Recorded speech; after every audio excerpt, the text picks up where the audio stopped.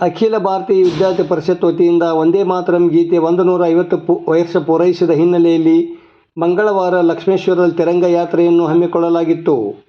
ನಗರದ ಶಿಗ್ಲಿ ಕ್ರಾಸಿನ ಸಂಗೊಳ್ಳಿ ರಾಯಣ್ಣ ವೃತ್ತದಿಂದ ಮಹಾಕವಿ ಪಂಪ ಸರ್ಕಲ್ವರೆಗೂ ಯಾತ್ರೆ ಜರುಗಿತು.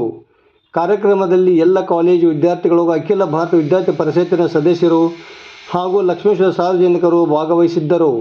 ವರದಿ ನಾಗರಾಜ್ ಹಣಗಿ, ಪ್ರಜಾಧ್ವನಿ, ಲಕ್ಷ್ಮೇಶ್ವರ.